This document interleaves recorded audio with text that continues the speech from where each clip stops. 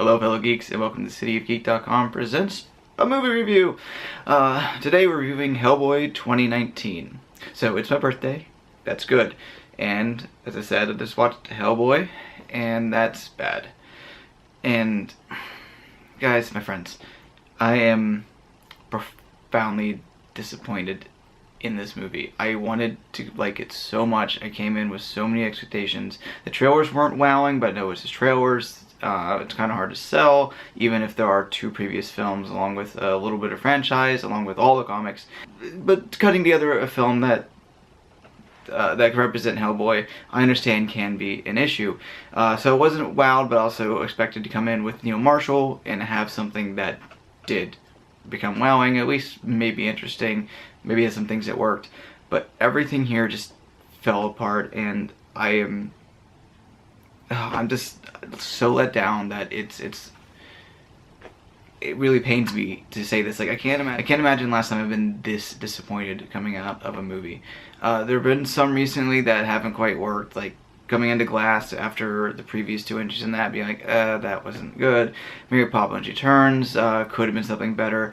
But those I kind of just saw, whatever, wrote my review or put it out video-wise, like for Glass, and called it a day. But this feels different because it's a franchise I really love and could have been so much better because all the pieces were there. You have great performers, you have great mythology to build on, you have the previous films that you can pull from in different ways, and an amazing director who's done nothing but great work up until now. And yes, I do love the Guillermo del Toro films, and I'm not one of those people who immediately shits on remakes, who says, oh, they're redoing Hellboy instead of making Hellboy 3. Fuck you.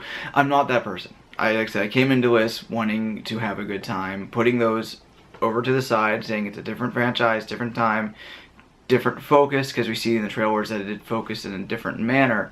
As much as I do love the originals and wish we had a Hellboy 3, it's not, it's unfair to approach this movie as, oh, I wish I had Hellboy 3, so therefore I'm gonna hate it. A lot of people do that for Pet Sematary, where they gave it shit reviews because it existed, not because the movie itself was meh, which you can read my review online for that, but because it had the mere process of existing. But I have seen the original films many times. I just rewatched them this past week to kind of just like get myself jazzed up. I've read about half the comics, just so we have that background.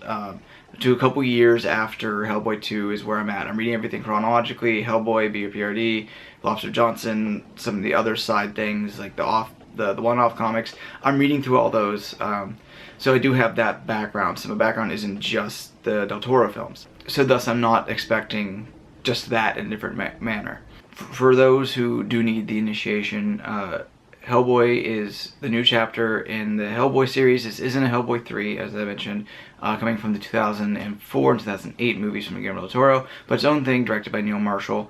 Just so we get all on the same page, just the basics of the plot is Hellboy is the son of Satan, brought from hell by the Nazis in 1944 to try and do a last-ditch effort to save their fronts by bringing in mystical elements. But however, their attempt is stopped by Professor Bloom and a team of soldiers and other mystics, and instead he's raised as a hero, fighting other things that go bump in the night, that range in the comics and other films from folklore to Nazis and weird science and religious stuff. We got everything all over the board. One thing I appreciate about Hellboy in any form is how wide of a swath that we're going at, that Mignola and everyone else he's working with pulls from. So that's his back. In this movie, a 5th century witch known as the Blood Queen was threatening to destroy humanity with the plague during the Dark Ages when King Arthur stopped her, cut her into 6 parts, buried those boxes containing those parts all over England, and the Steppenwolf comes in and gets the mother box. Wait, that's not right. And then a pig creature that Hellboy pissed off 20 years ago digs each of those parts up, puts her back together, and she's now threatening to destroy the world while trying to get Hellboy to be the destructor. Like, pick your destructor. Hellboy does turn to safe off Marshmallow Man about 3/4 of the way through the movie, so it's a surprise. Turns out it's actually a Ghostbusters movie. So he has to fight that along with fighting his own inner demons as a demon. It's something that other films have also touched on, that he is the wielder of the end of times, and he has to battle by himself. One of the many issues with this film is that it doesn't really come up very often. It does come up a couple of different times, but there's no real battle with him with it. We don't really have any character work from David Harbour as Hellboy. More he's screaming, he's yelling all his lines in the same manner. And we don't have that background that, say, that Ron Perlman brought to it. Yes, I am going to compare it to the previous films because they did this same concept so well that Del Toro gave life to Hellboy and life to BPRD and the team, made it feel like a real organization filled with real people, whereas this time we're just slammed bang right into bit to bit to bit to bit with no real chemistry or character. The plot just slams along, and that's so weird compared to anything else that Neil Marshall has done. He made The Descent, made Dog Soldiers, 2 episodes of Game of Thrones, which comes out again this week, Blackwater and Watchers on the Wall, and he makes designed films that are so in control, even when they get crazy, like in Dog Soldiers, that it feels so much like a different movie, because he lets those movies breathe and lets those TV shows breathe and build to what they're doing. And this feels like it's edited with a jackhammer. Scenes could have been moved around. We're just tossed into things with either bad narration or nothing. We're just tossed there. Now, Ian McShane plays Preston Bloom that John Hurt played the first time, and we start with a narration from him that's so bad that it is Harrison Ford and Blade Runner bad. He just slams right through it with, I keep saying slams, that's the feeling I'm getting, because everything bam, bam, bam. He goes right through with no breaks, no questions, just obviously reading it. It sounds like they just handed it to him and said, hey, can you read this? And he read it the first time, saying, all right, now I got the feeling of this, I'm ready to shoot. And they're like, oh yeah, we just recorded it, we're good. He's like, but no, that was a rehearsal. No, we're cool. And some of the performances in this do feel like that rehearsal. It feels like something wasn't quite there. That they work out different ways. Like David Harbour said, he says everything the same manner, but he also feels he doesn't have a feel of Hellboy. He says that everything is here, like the interaction between everyone, that they never quite figured out their chemistry between him, Daimo, Alice, all played by capable actors that we've seen in other things. The woman who plays Alice she's god awful.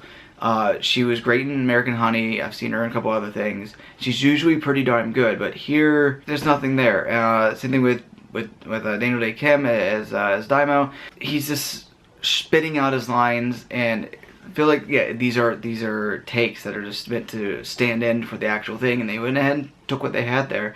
And we have that a lot with a lot of the stand-ins. The CGI doesn't look done. The CGI looks like it's pre-2004 in the first film, when the first film, which looks better with its CGI work, and Del Toro does focus more on the practical effects. We get a couple of those here, and I do like seeing them. We did see them. For the most part, it is bad CG that looks a couple renders away. That some of these blood CG, it's a really gory movie, and then the new ads are focusing on the gore and the cussing. But all the gore is CG, so it looks bad. It's that blood still doesn't look good. Blood and fire still don't look good. Fire's getting better. Blood still looks like just bright red paint thrown against the wall, even if it is computer generated. And there's eyeballs coming out. There's people get their heads stomped, and it draws you out because you feel like, why isn't this practical? Why? Like if this is practical the last 2 times, with the suits and how natural they look. Like Abe Sapien looked so natural last time. He's not in this one. Ron Perlman's makeup as Hellboy looked like, he was actually an existing creature. Now his chest did look a little fake, look like Robert Montalban in Star Trek 2, but up here looked great. This feels like prosthetics on prosthetics on prosthetics, especially the horns.